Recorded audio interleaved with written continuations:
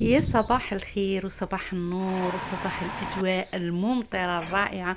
وش راكم حبيباتي؟ إن شاء الله يا رب يلقاكم هذا الفيديو في أحسن حال وفي صحة جيدة يا رب العالمين. أول حاجة حبيباتي راح نصلي على أحسن الخلق الرسول صلى الله عليه وسلم. اللهم صل وسلم على سيدنا محمد وعلى آله وصحبه أجمعين. اليوم حنبدا معكم هذا الروتين حبيباتي من الصباح. كنت الحق ما راح ندير والو. كنت كسوله هكا، ومن بعد لقيتهم خلاو لي هادو البابط تاع العشاء، خلاوهم ما غسلوهمش. راه خاطرش كاين حنا كاين اللي ما يتعشاش بكري، نبقاو نستناو ومن بعد نخليو له عشاه ونرقدو. المهم بديت نغسل في البابط هذا، ومن بعد كملتها يقص نزيد هذه نزيد هذه نزيد هذه، وليت في النيطواياج. حق ماهوش نيطواياج كبير كبير بصح. المهم صبيت الماء هكا فوق البوطاجي، المهم حكيت الحياط ليطاج. كنت تعرفوا الكوزينه كل يوم لازمها تتحك، وشي ساعة هكا ساعة تبقى نظيفة، وساعات سبحان الله. المهم انا نت الكوزينة، عقب الكوزينة وبصال اللي هنا في الصالون تاني دارت الجر هكا شوية تاع الجر، وتحك في الكراج. حنا عندنا هذا الكراج تاع بكري ما بدلناهش، الحق شتيت ندير لا دار دو سول ومن بعد قلت ما عندي ليه. انا اصلا مش حابه نقعد لهنا في الدار هذه صراحه، قلت نكملوا هكا حتى منين ينوب ربي. وكما تعرفوا راني ساكنه في دار العائله، يعني ما نقدرش نزيد هكذا نبدل فيها ونخسر فيها ومن بعد نروح ونخليها. المهم حبيباتي تسياق، شوفوا الطاقه الايجابيه. صراحه يعني نهار نسيقوا هكا نصبوا الماء، واحد الفرحه من بعد النوراها ما تصوروش كيفاه. والكارلاج والحيوط هكا يوليو يبري وخير على كيما نمسحوا هكاك برك.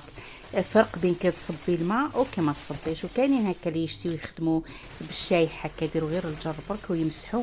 انا شتيت هكا نصب الماء خاصه في الصيف. هذيك في الشتاء مليحه، بصح في الصيف مليحه كي تصبي الماء، والله غير انت تصبي الماء وطرشي روحك على الكيف كانك رحتي للبحر.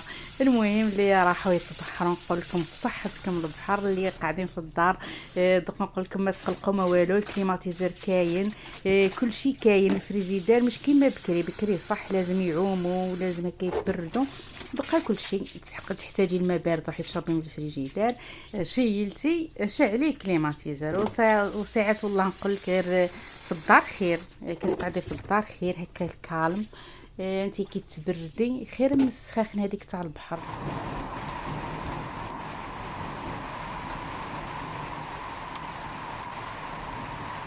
ولا هنا حبيباتي كي خلصنا نيطواياج راح نخبز لهم الكسره، وهما يشتيو بزاف بزاف كيشموا ريحه الكسره يموتوا بالفرحه. الحق ماناش نخبز كل يوم، وشيه نخبز ساعه ساعه هكا نخبز كيما نشوفهم توحشوا الكسره نخبز لهم. الكسره تاعي سامبل، نحط فيها هي هكا تتخبز اصلا. نحط فيها شويه زيت شويه خميره والملح هذا ما كان. وانا ما نخدمش بالكيل، نخدم هكا بميز العين. وتجي تهبل، تجي الله يبارك تهبل. هي كي تحبيها تكون طريه كي تخليها ترتاح واحد ربع ساعه ولا، وكي تحبيها تجي كيابسه هكا مقرمشه ديري تبلي ليه وتلوحي.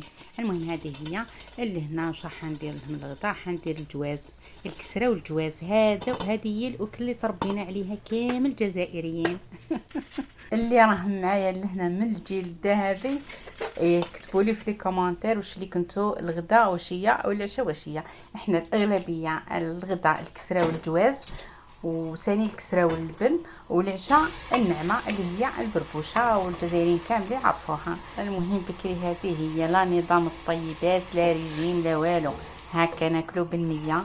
وكنا يعني على الكيف، كانوا صحاح تاع بكري ما يشكيو حتى من والو، يخدموا تلقاها عجوزه كبيره وهي تخدم في البحيره تخدم في الدار.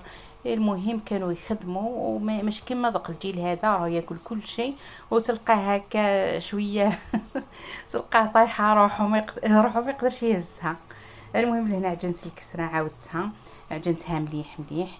هو كاين السميد هكا اللي تعجن لازمو العجين، وكاين اللي ماشي لازمو حسب السميد. لكن عاد السميد هذاك اللي فيه نقولوا فيه العلك تلقاه هكا الاستيك هذاك ولازمو تعجنيه وفي الكسره.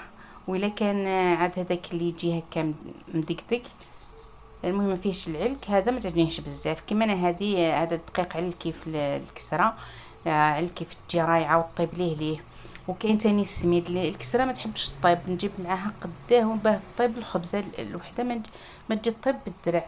وهذا ليه نقلوه في الطاجين بعدا ليه.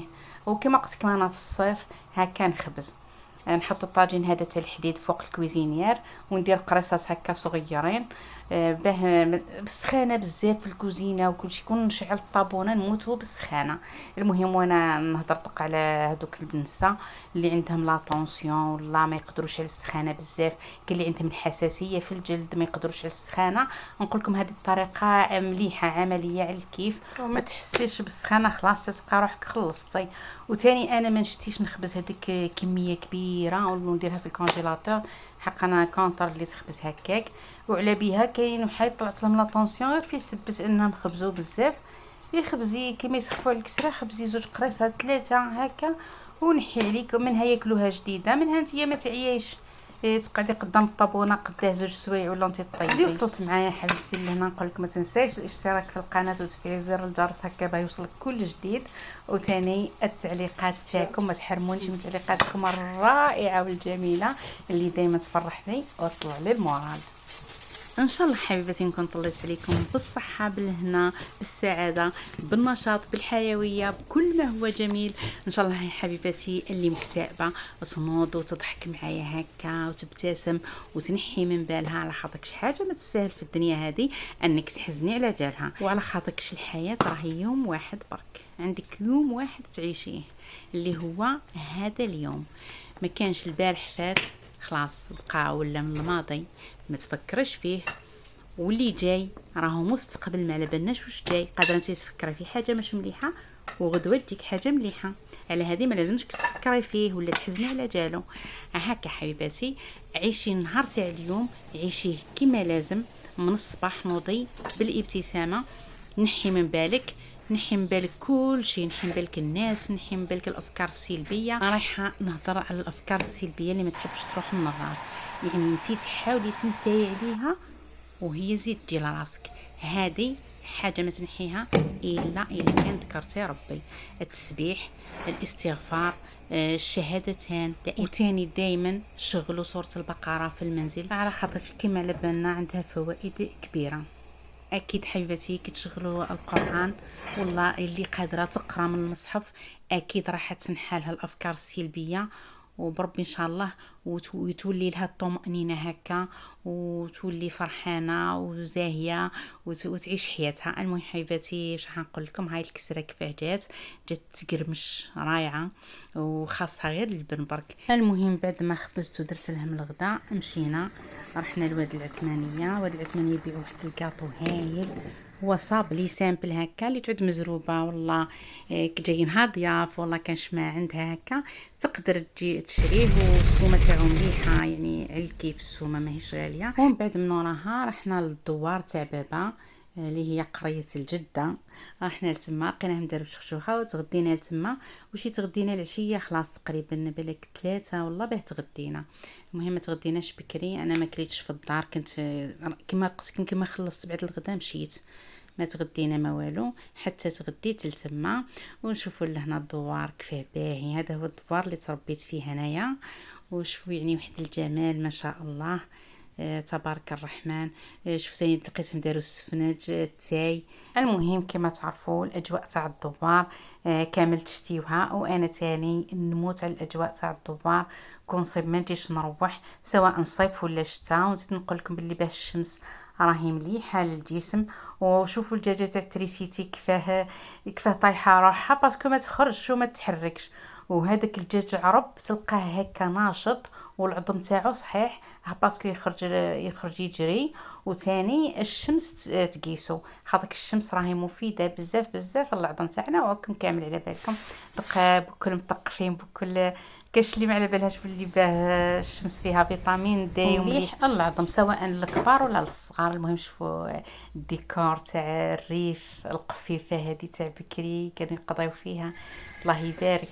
ولهنا هذه البحيره تاعنا يعني تاع بابا البحيره. شوفوا تاني الاجواء صيفيه بامتياز، صيفي تشهب الدنيا كامل، من تكون خضره في الربيع تولي دق شهبه، على خاطرش الحشيش كامل يبس، والشجر كما راكم تشوفوا يبقى خضر باسكو الشجر ميسقي وهذاك في الصيف والحشيش هذيك تيبس. شوفوا تاني الاشجار كيف يديها فيها الريح. واللهنا هذا بوج غلال، قلت نصوره لكم على خاطر انا دائما بكري كنت نلعب بهذا بوج غلال. شوفوا كيف هذا يلصق هكا في العواد هادو. ما على باليش اللي كان ميز تقول له حي. المهم هكا معمره الدنيا به. ها شوفوا اللي على بالها به الا كان حي ولا ميت تقول لنا. المهم راهي معمره الدنيا في الصيف دق هكا. الهندي راهو بدا يدير الحب. المهم هذه هي الاجواء تاع الدوبار، اجواء رائعه كما قلت لكم سواء في الصيف ولا في الشتاء. المهم ومن بعد جينا روحنا. ما بقى لي حبيباتي غير نقول لكم تهلاو في رواحكم.